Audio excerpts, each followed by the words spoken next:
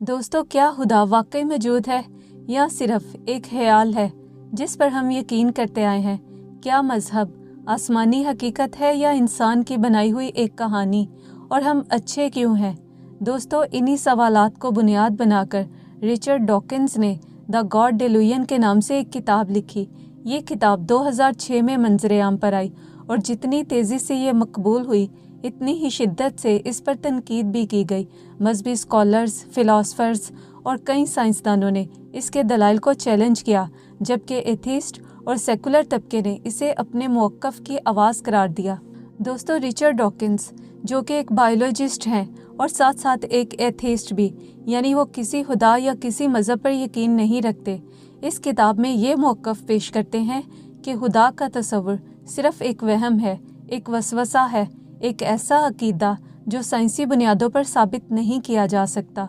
Dawkins किताब में कहते हैं कि कायनात और ज़िंदगी की वजाहत के लिए किसी ज़हीन हालिक की ज़रूरत नहीं, बल्कि साइंस इनकी वजाहत के लिए काफ़ी है।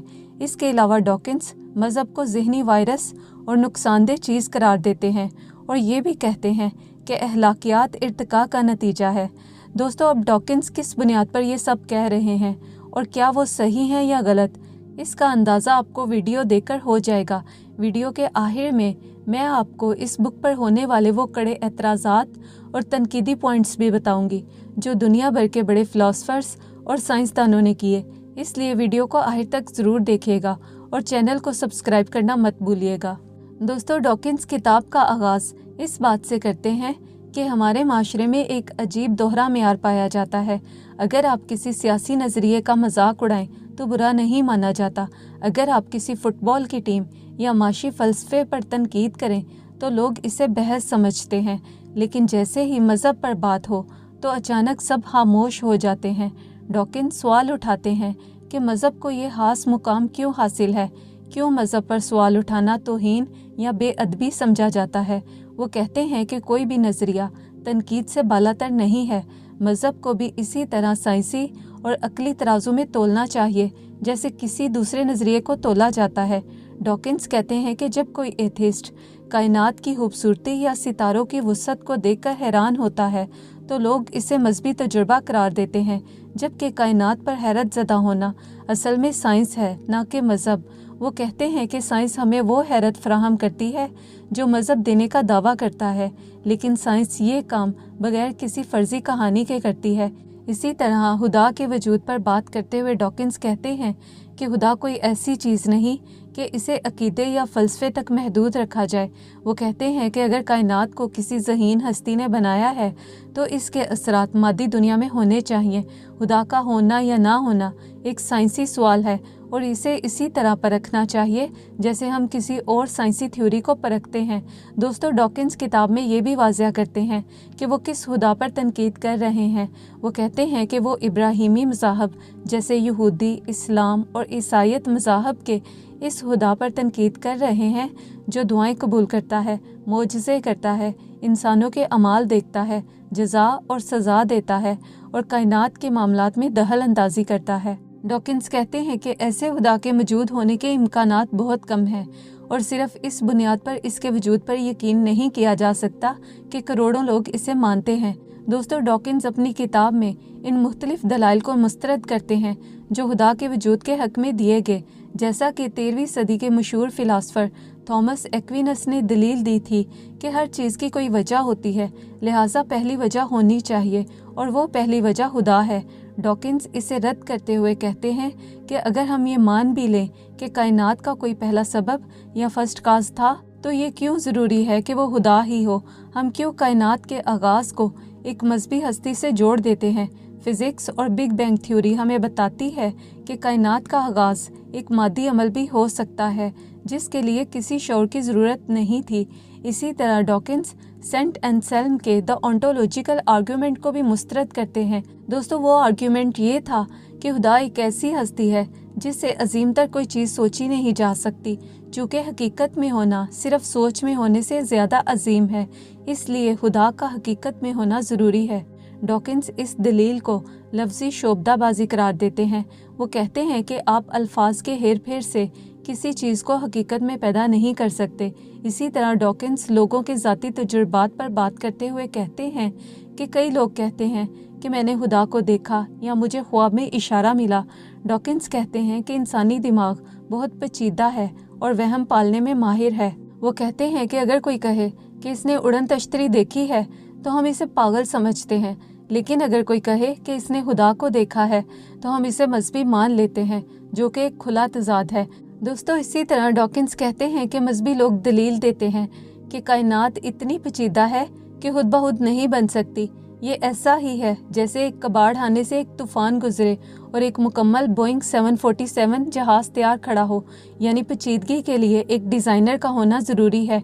डॉकिंस इसका जवाब देते हुए कहते हैं कि अगर एक पेचीदा कायनात को बनाने के लिए एक डिज़ाइनर चाहिए तो वो डिज़ाइनर खुद कितना पेचीदा होगा। अगर एक पेचीदा कायनात डिज़ाइनर के बगैर नहीं बन सकती तो एक पेचीदा डिज़ाइनर खुद कैसे बन सकता है। डॉकिंस कहते हैं कि यहाँ सवाल ख़त्म नहीं होता बल्कि मज़ीद उलझ जाता है। दोस्तों, इसी तरह फाइन ट्यूनिंग की बात करते हुए डॉकिंस कहते हैं कि मजहबी स्कॉलर्स दलील देते हैं कि हमारी कायनात के बुनियादी कवानीन और फिज़िकल कांस्टेंट इतने परफेक्ट और सही तरीके से सेट किए गए हैं कि अगर इनमें बाल बराबर भी फ़र्क हो तो ज़िंदगी नामुमकिन है। मसलन अगर ग्रेविटी की वैल्यू को मौजूदा वैल्यू से थोड़ा सा भी कम या ज़्यादा किया जाए तो सब कुछ ख़त्म हो जाए।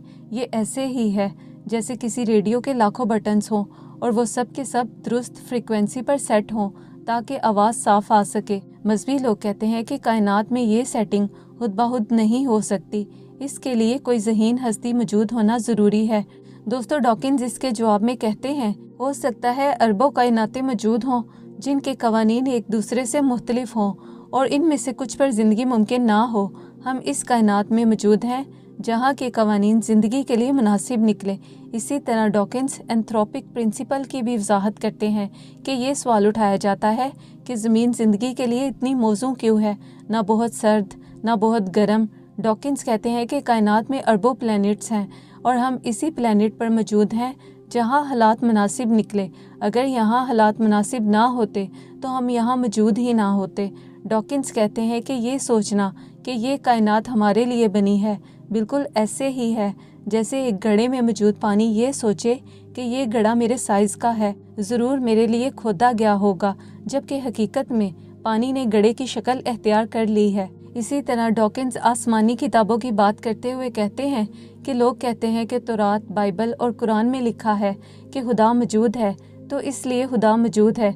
डॉकिंस कहते हैं कि ये सब किताबें इंसानों की लिखी हुई हैं। वो बाइबल की मिसाल देते हैं कि इसके कई हिस्से सदियों बाद लिखे गए और इनका कोई तारीखी रिकॉर्ड मौजूद नहीं जो इन्हें सच साबित करे। डॉकिंस ये भी कहते हैं कि मजहबी लोग ये भी दलील देते हैं कि बड़े साइंसदान जैसे न्यूटन और आइंस्टाइन खुदा को मानते थे, इसलिए खुदा मौजूद है। डॉकिंस कहते हैं कि आइंस्टाइन का खुदा कोई ऐसा वजूद नहीं था जो दुआएं सुनता था, मोजज़े करता था और इंसानों के अमाल देखता था। आइंस्टाइन जब लफ्ज़ खुदा इस्तेमाल करते थे तो इनकी मुराद कायनात की पुरअसरारियत, इसकी खूबसूरती और इसके पेचीदा कवानीन से थी। डॉकिंस कहते हैं कि एक ज़ाती खुदा पर यकीन करना और कायनात की वुसअत को देखकर हैरान होना दो अलग अलग बातें हैं। वो कहते हैं कि आइंस्टाइन एक तरह से एथीस्ट ही थे क्योंकि वो किसी ज़ाती खुदा पर यकीन नहीं रखते थे।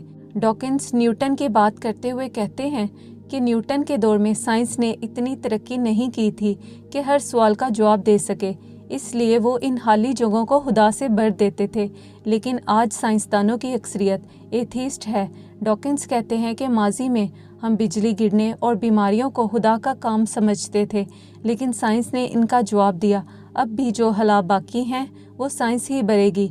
दोस्तों, डॉकिंस कहते हैं कि लोगों को ये भी गलत फहमी है कि इर्तिका एक हादसा या इत्तफाक है। मजहबी लोग कहते हैं कि अगर आप सहरा में जाएं और आपको एक घड़ी मिले तो आप फ़ौरन जान जाएंगे कि इसे किसी ने बनाया है। इसी तरह जब हम इंसानी आँख, दिल या इंसानी जिस्म देखते हैं तो पता चलता है कि ये किसी ज़हीन हालिक की तहलीक है। डॉकिंस कहते हैं कि कुदरत में जो पेचीदगी पाई जाती है वो इर्तिका का नतीजा है, इसके लिए किसी डिज़ाइनर की ज़रूरत नहीं। वो कहते हैं कि इर्तिका कोई हादसा या इत्तेफाक नहीं बल्कि स्टेप बाय स्टेप प्रोसेस है और ये छोटे छोटे फ़ायदेमंद म्यूटेशंस को महफूज कर लेता है जो लाखों सालों में जमा होने के बाद बहुत पेचीदा निज़ाम बना देते हैं। मसलन अगर आप पहाड़ की चोटी पर एक छलांग में पहुंचना चाहें तो ये नामुमकिन है, लेकिन अगर आप दूसरी तरफ से छोटी छोटी सीढ़ियां चढ़कर जाएं तो आप ऊपर पहुंच जाएंगे। डॉकिंस के मुताबिक इर्तिका वही सीढ़ी है जो सादा ज़िंदगी को पेचीदा ज़िंदगी में बदल देती है। दोस्तों, डॉकिंस कहते हैं कि खुदा हमारी ला इल्मी का नाम है। जहां साइंस को जवाब ना मिले तो हम वहां खुदा को बिठा देते हैं। डॉकिंस कहते हैं कि जैसे जैसे साइंस तरक्की कर रही है, खुदा की जगह कम होती जा रही है। डॉकिंस कहते हैं कि लोग पूछते हैं कि अगर खुदा नहीं है तो फिर दुनिया की हर तहजीब में मज़हब क्यों पाया जाता है। दोस्तों, डॉकिंस इसका जवाब इस तरह देते हैं कि इर्तिका के दौरान इंसानों में कई सिफ़ात पैदा हुई जो इनकी बका के लिए ज़रूरी थी, लेकिन इनके साथ ही मज़हब एक बाई प्रोडक्ट के तौर पर पैदा हो गया जो कि एक मनफी पहलू था। डॉकिंस कहते हैं कि इंसान की जिबिल्लत है कि वो हर चीज़ में मकसद तलाश करता है, चाहे कोई मकसद मौजूद ना भी हो। मसलन अगर कोई झाड़ी हिले तो इंसान सोचता है कि यकीनन इसके पीछे कोई शेर होगा या हवा होगी। इसी तरह जब इंसान कुदरती वाक़यात में मकसद तलाश करता है तो वो सोचता है कि कायनात किसी ने बनाई होगी, तूफ़ान किसी वजह से आया होगा और बीमारी किसी सज़ा का नतीजा होगी। फिर इंसान इन वाक़यात को खुदा के साथ जोड़ देता है। डॉकिंस इसे इंटेंशन सीकिंग कहते हैं। दोस्तों, डॉकिंस कहते हैं कि जैसे जीन्स जिस्मानी खसूसियात मुंतकिल करती हैं, इसी तरह मीम्स ख़यालात, कहानियाँ और अक़ायद मुंतकिल करती हैं, और मज़हब एक ऐसा मीम है जो अपने आप को ज़िंदा रखने में बहुत माहिर है। मसलन जो इस अक़ीदे को नहीं मानेगा वह जहन्नुम में जाएगा। इसी तरह ये खौफ नस्ल दर नस्ल मुंतकिल होता है। डॉकिंस कहते हैं कि बच्चों में अपने वालिदैन की बात पर बिना सवाल किए यकीन करने की जिबिल्लत होती है, और इसी जिबिल्लत की वजह से बच्चा अपने बड़ों की मजहबी तोहिमात को भी सच मानने लगता है। दोस्तों, अखलाकियात पर बात करते हुए डॉकिंस कहते हैं कि कुछ मजहबी लोग कहते हैं कि अगर खुदा ना हो तो इंसान के पास अच्छा बनने की कोई वजह नहीं रहेगी और दुनिया में अफरा तफरी मच जाएगी। डॉकिंस कहते हैं कि अखलाकियात का मज़हब से कोई ताल्लुक़ नहीं, बल्कि ये भी इर्तिका का नतीजा है। इर्तिका के दौरान एक दूसरे के साथ मिलकर रहने वाले और हमदर्दी करने वाले इंसान कामयाब रहे। डॉकिंस कहते हैं कि लाखों साल पहले जब इंसान गारों में रहता था तो इसने सीख लिया कि तन्हा रहने की बजाय ग्रोह में रहने में ही बका है, और अगर इंसान दूसरे की मदद करता है तो बदले में इसे भी मदद मिलती है। डॉकिंस कहते हैं कि इर्तिका ने हमारे अंदर ऐसे जीन्स मुंतकिल किए जो हमें हमदर्दी, सच्चाई और इंसाफ की तरफ राग़िब करते थे, क्योंकि ये खसूसियात हमारी नस्ल की बका के लिए ज़रूरी थीं। हम इसलिए नहीं अच्छे कि ये किसी किताब में लिखा है, बल्कि इसलिए अच्छे हैं क्योंकि इर्तिका ने हमें सोशल एनिमल बनाया है। दोस्तों, यहाँ डॉकिंस सवाल उठाते हैं कि अगर आपको पता चल जाए कि खुदा नहीं है तो क्या आप चोरी करेंगे या कत्ल करना शुरू कर देंगे? अगर आपका जवाब नहीं है तो इसका मतलब है कि आपकी अखलाकियात मज़हब की मोहताज नहीं, और अगर आपका जवाब हाँ है तो डॉकिंस कहते हैं कि आप ख़तरनाक इंसान हैं और आप खौफ की वजह से रुके हुए हैं, अच्छाई की वजह से नहीं। डॉकिंस के मुताबिक हकीकी अखलाकियात वो है जो आप तब दिखाते हैं जब आपको पता हो कि कोई गैबी ताकत आपको नहीं देख रही। दोस्तों, डॉकिंस कहते हैं कि लोग ये भी सवाल उठाते हैं कि अगर इर्तिका सिर्फ बका के लिए है तो हम इन अजनबियों की मदद क्यों करते हैं जिनसे हमारा कोई ताल्लुक़ नहीं। डॉकिंस कहते हैं कि कदीम दौर में इंसान छोटे ग्रोहों में रहता था, तब हर कोई रिश्तेदार और जान पहचान वाला था। उस वक़्त दूसरों की मदद करना बका के लिए ज़रूरी था, लेकिन आज हम बड़े शहरों में रहते हैं और अक्सर एक दूसरे को नहीं जानते, लेकिन हम इन अजनबियों की मदद इसलिए करते हैं क्योंकि हमारा दिमाग अभी भी इस पुरानी जिबिल्लत पर चल रहा है, यानी हमारे अंदर एक अखलाकी कंपस मौजूद है जो मज़हब से नहीं बल्कि हमारी हयातियात से आया है। दोस्तों, डॉकिंस बाइबल के पुराने अहदनामों की कहानियों का हवाला देते हुए कहते हैं कि अगर आज कोई इन पर अमल करे तो इसे मुजरिम करार दे दिया जाएगा। वो बाइबल में लिखे लूत अलैहिस्सलाम की ज़िंदगी के महसूस वाक़यात का जिक्र करते हैं और सवाल उठाते हैं कि क्या ये कहानियाँ हमें अखलाकियात सिखाती हैं। वो खुदा के इस तसव्वुर पर कड़ी तनकीद करते हैं जो सज़ा देने वाला, हसद करने वाला और जंगों का हुक्म देने वाला दिखाया गया है, क्योंकि ये अखलाकियात के किसी जदीद मेयार पर पूरा नहीं उतरता। दोस्तों, डॉकिंस कहते हैं कि हम सब चाहे मजहबी हों या ना हों एक ऐसे अखलाकी मेयार पर मुत्तफिक हैं جو وقت کے ساتھ ساتھ تبدیل ہو رہا ہے۔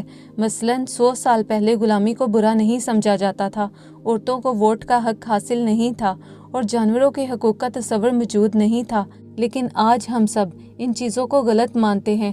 اور یہ تبدیلی کسی نئی مذہبی کتاب کے آنے سے نہیں آئی، بلکہ تعلیم، فلسفہ اور بحث و مباحثے سے آئی ہے۔ ڈاکنز کہتے ہیں کہ آج کا مذہبی آدمی بھی دراصل اخلاقیات اپنی کتاب سے نہیں لیتا۔ اگر کوئی عیسائی بائبل پڑھتا ہے تو وہ ان حصوں کو نظر انداز کر دیتا ہے جہاں نافرمان بچوں کو مارنے یا ہم جنس پرستوں کو سزا دینے کا حکم ہے۔ وہ صرف ہمسائے سے پیار کرو جیسے جملے چن لیتا ہے۔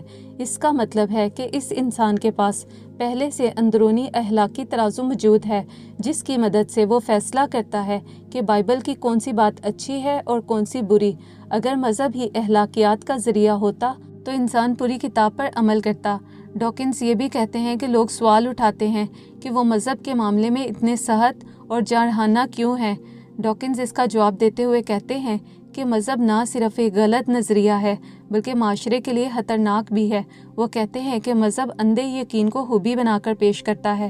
جب آپ کسی کو یہ سکھاتے ہیں کہ بغیر ثبوت کے ماننا ایک اعلیٰ درجہ ہے تو آپ اس شخص کو کسی بھی جنون یا تشدد کے لیے تیار کر رہے ہوتے ہیں۔ وہ کہتے ہیں کہ خود کش حملہ آور صرف پاگل ہی نہیں ہوتے بلکہ اپنے مذہب کے سچے پیروکار ہوتے ہیں، جو اس بات پر یقین کرتے ہیں کہ انہیں مرنے کے بعد جنت ملے گی۔ ڈاکنز کہتے ہیں کہ اگر ان کے پاس یہ مذہبی یقین نہ ہو تو انہیں قتل و غارت پر اکسانا ناممکن ہے۔ ڈاکنز کہتے ہیں کہ دنیا میں ہونے والی بڑی جنگوں میں مذہب ایندھن کا کام کرتا ہے۔ اگر لوگوں کے درمیان مذہبی لیبل نہ ہوتے تو ان کے لیے ایک دوسرے سے نفرت کرنا اور ایک دوسرے کو قتل کرنا بہت مشکل ہوتا۔ ڈاکنز مذہب کو ایک بند گلی قرار دیتے ہیں جو تجسس کو ختم کرتا ہے۔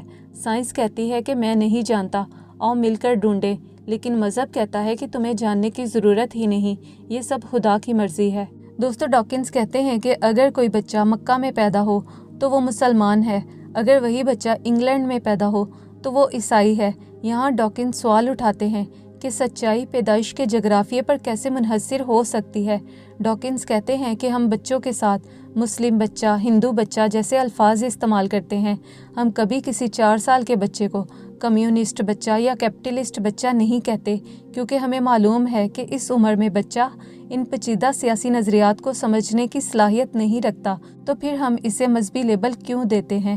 ڈاکنز کہتے ہیں کہ یہ بچے کی اپنی سوچنے سمجھنے کی آزادی پر حملہ ہے، کیونکہ آپ اس کی پہچان اس کے پیدا ہونے سے پہلے ہی طے کر دیتے ہیں۔ ڈاکنز کہتے ہیں کہ بچوں کو یہ بتانا کہ اگر انہوں نے فلاں حکم نہ مانا تو انہیں آگ میں جلا دیا جائے گا، یہ خوف ان کی نفسیات پر گہرے منفی اثرات مرتب کرتا ہے، اور یہ جسمانی مار پیٹ سے زیادہ خطرناک ہے کیونکہ یہ ان کے لاشعور میں بیٹھ جاتا ہے۔ ڈاکنز ان اسکولوں پر تنقید کرتے ہیں جو خاص مذہب کے بچوں کے لیے ہوتے ہیں۔ وہ کہتے ہیں کہ ایسے اسکول بچوں کو باقی دنیا سے الگ کر دیتے ہیں اور ان میں یہ احساس پیدا کرتے ہیں کہ صرف ہم صحیح ہیں اور باقی سب گمراہ، اور یہیں سے نفرت جنم لیتی ہے۔ ڈاکنز کہتے ہیں کہ تعلیم کا مقصد بچوں کو یہ بتانا نہیں ہونا چاہیے کہ کیا سوچنا ہے، بلکہ یہ سکھانا ہونا چاہیے کہ کیسے سوچنا ہے۔ ڈاکنز کہتے ہیں کہ بچوں کو یہ بنیادی حق ہے کہ انہیں دنیا کی سچائی اور سائنسی تصویر دکھائی جائے، نہ کہ ان کے والدین کا محسوس عقیدہ۔ بچے کو تمام مذاہب کی تعلیم دی جائے تاکہ وہ خود دیکھ سکے کہ یہ سب انسانی ثقافت کے حصے ہیں، نہ کہ کوئی آسمانی حقیقت۔ دوستو، ڈاکنز کے مطابق مذہبی لوگ اکثر کہتے ہیں کہ انسان کو زندگی گزارنے کے لیے مقصد، سکون اور جو تحریک کی ضرورت ہوتی ہے وہ صرف مذہب دیتا ہے۔ ڈاکنز اس بات کو رد کرتے ہوئے کہتے ہیں کہ سائنس اور حقیقت پسندی اس خلا کو کہیں بہتر طریقے سے بڑھ سکتی ہیں۔ مذہبی لوگ کہتے ہیں کہ مرنے کے بعد دوبارہ ملنے کی امید انسان کو تسکین دیتی ہے۔ ڈاکنز کہتے ہیں کہ کوئی بات خوشگوار ہے، اس کا مطلب یہ نہیں کہ وہ سچ ہے۔ ڈاکنز کہتے ہیں کہ سچائی کو قبول کرنے میں الگ ہی سکون ہے، یہ جاننا کہ یہ ہماری واحد زندگی ہے ہمیں مجبور کرتا ہے کہ ہم اسے زیادہ بہتر طریقے سے جئیں، اپنوں سے زیادہ پیار کریں اور وقت ضائع نہ کریں۔ دوستو، ڈاکنز کہتے ہیں کہ ہمارا دماغ مڈل ورلڈ میں رہنے کے لیے ڈیزائن ہوا ہے۔ ہم نہ ایٹم جتنا چھوٹا دیکھ سکتے ہیں اور نہ روشنی کی رفتار سے سفر کر سکتے ہیں۔ ہماری عقل کی ایک حد ہے اور مذہب اسی حد کا فائدہ اٹھا کر हमें जादुई कहानियाँ सुनाता है, लेकिन साइंस हमें अपनी हदों से बाहर निकलकर कायनात को इसकी असल शक्ल में देखने की दावत देती है, जो कि किसी भी मोजज़े से ज़्यादा हैरानकुन है। दोस्तों, किताब के आखिर में डॉकिंस कहते हैं कि ज़िंदगी मुख्तसर और कीमती है, इसे कदीम वहमों और अफसानों की नज़र नहीं करना चाहिए। हमें इस कायनात का हिस्सा होने पर फ़ख्र महसूस करना चाहिए और अपनी अक्ल की रोशनी में एक बामकसद ज़िंदगी गुजारनी चाहिए। दोस्तों, आपने रिचर्ड डॉकिंस का नज़रिया तो जान लिया, अब वक्त है कि हम सिक्के का दूसरा रुख भी देखें। दोस्तों, डॉकिंस की इस किताब पर ना सिर्फ मजहबी हलकों ने बल्कि बहुत से नामवर साइंसदानों और फिलासफर्स ने भी कड़ी तनकीद की है। डॉकिंस पर सबसे बड़ा एतराज़ ये है कि वो बायोलॉजिस्ट तो हैं, लेकिन अच्छे फ़िलासफ़र नहीं हैं। मशहूर फ़िलासफ़र माइकल रूज़ ने यहाँ तक कह दिया कि डॉकिंस की किताब फ़िलासफ़ी के लिहाज से बहुत कमज़ोर है। डॉकिंस ने सिर्फ मज़हब के ज़ाहरी और बुनियादी पहलुओं पर हमला किया है, लेकिन वो इसके गहरे रूहानी और फ़लसफ़ियाना सवालात का जवाब नहीं दे पाए जो सदियों से इंसान पूछता आया है। नाक़दीन कहते हैं कि डॉकिंस का दावा कि साइंस हर चीज़ का जवाब दे सकती है खुद एक वहम है। साइंस ये तो बता सकती है कि कायनात कैसे काम करती है, लेकिन वो ये नहीं बताती कि कायनात क्यों है या ज़िंदगी का मकसद क्या है। ऑक्सफर्ड के प्रोफेसर एलिस्टर मैकग्रा कहते हैं कि डॉकिंस साइंस को मज़हब की तरह पेश कर रहे हैं, जिसके पास हर सवाल का जवाब है, जो कि साइंसी तौर पर दुरुस्त नहीं। दोस्तों, डॉकिंस ने कहा कि अहलाकियात इर्तिका से आती हैं, लेकिन नाक़दीन सवाल उठाते हैं कि अगर अहलाकियात सिर्फ जीन्स का खेल है तो फिर किसी चीज़ को हतमी तौर पर गलत या सही कैसे कहा जा सकता है। अगर इर्तिका किसी नस्ल को दूसरों पर जुल्म करके ज़िंदा रहने का कहे तो क्या वो अहलाकी होगा? नाक़दीन के मुताबिक मज़हब के बगैर अहलाकियात की कोई ठोस बुनियाद नहीं रहती और वो सिर्फ वक्त और ज़रूरत के ताबे हो जाती है। दोस्तों, नाक़दीन का एक बड़ा एतराज़ ये है कि डॉकिंस खुदा को एक साइंसी मफरूज़े के तौर पर देखते हैं, लेकिन फ़िलासफ़र्स का कहना है कि खुदा कायनात के अंदर कोई चीज़ नहीं कि इसे माइक्रोस्कोप की मदद से देखा जा सके, बल्कि खुदा वजूद की बुनियाद है। जैसे किसी पेंटिंग के अंदर पेंटर कहीं छुपा हुआ नज़र नहीं आता, लेकिन पूरी पेंटिंग इसके वजूद का सबूत होती है। डॉकिंस मादी दुनिया के आलात के ज़रिए इस हस्ती को नापने की कोशिश कर रहे हैं जो मादे से मावरा है। डॉकिंस अपनी किताब में मज़हब को तमाम जंगों और बुराइयों की जड़ करार देते हैं, लेकिन नाक़दीन कहते हैं कि ये तारीख़ के साथ नाइंसाफ़ी है। 20वीं सदी की सबसे बड़ी खूनरेज़ियाँ, जैसा कि स्टालिन और पोल पॉट के दौर में, ऐसे नज़रियात की वजह से हुई जिनका मज़हब से कोई ताल्लुक़ नहीं था, बल्कि वो खुद को साइंसी और एथिस्ट कहते थे। इससे साबित होता है कि बुराई इंसान के अंदर है, मज़हब सिर्फ़ एक बहाना बन जाता है। नाक़दीन कहते हैं कि डॉकिंस बिग बैंग की बात तो करते हैं, लेकिन वो ये नहीं बताते कि वो पहला एटम या वो तवानाई कहाँ से आई जहाँ से कायनात शुरू हुई। साइंस कुछ ना होने से कुछ होने की वजाहत नहीं कर पाती। जहाँ साइंस आकर रुक जाती है, वहाँ ईमान और फ़लसफ़े का सफ़र शुरू होता है, जिसे डॉकिंस वहम कह के मुस्तरद कर देते हैं। तो दोस्तों, रिचर्ड डॉकिंस की किताब द गॉड डिल्यूजन एक ऐसी किताब है जो आपको सोचने पर तो मजबूर करती है, लेकिन ये आखिरी सच नहीं है। कायनात के राज इतने सादा नहीं कि इन्हें सिर्फ एक किताब में बंद कर दिया जाए। डॉकिंस का खुदा को वहम कहना शायद इनका अपना एक ऐसा तासुब है जो इन्हें इन हक़ाइक़ को देखने से रोक रहा है जो कल की सरहदों से बाहर हैं। एक ऐसी कायनात जिसमें इतनी तरतीब, इतना तवाज़ुन और इतनी खूबसूरती हो, क्या वो वाकई महज एक इत्तफाक हो सकती है? यकीनन नहीं। दोस्तों, अक्ल हमें बहुत दूर ले जा सकती है, लेकिन ज़िंदगी के कुछ राज ऐसे हैं जो सिर्फ दिल की आंख और ईमान से ही खुलते हैं। तो दोस्तों, अब आपका क्या ख्याल है? क्या आप डॉकिंस की मादी दुनिया से मुतमईन हैं, या आपको भी मेरी तरह लगता है कि कायनात का कोई खालिक ज़रूर है? अपनी राय कमेंट करके ज़रूर बताइएगा और चैनल को सब्सक्राइब करना मत भूलिएगा।